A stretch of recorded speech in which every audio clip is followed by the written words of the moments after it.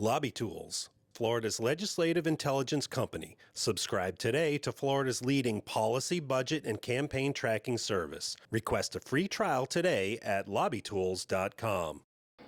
Minors seeking an abortion already had to notify their parents.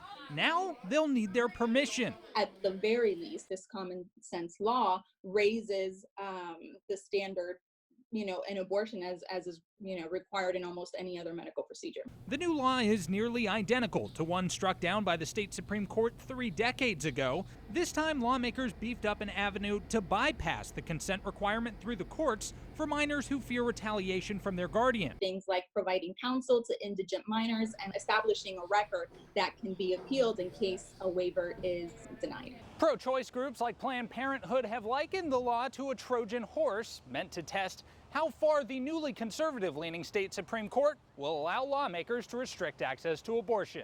But pro-choice advocates are hopeful a U.S. Supreme Court ruling Monday that struck down a Louisiana law that would have restricted abortion access will send a clear message to those in power. The law was a different law. The intent was exactly the same. And what we saw the Supreme Court say was that courts and state legislatures need to stop trying to block access to essential health care like abortion.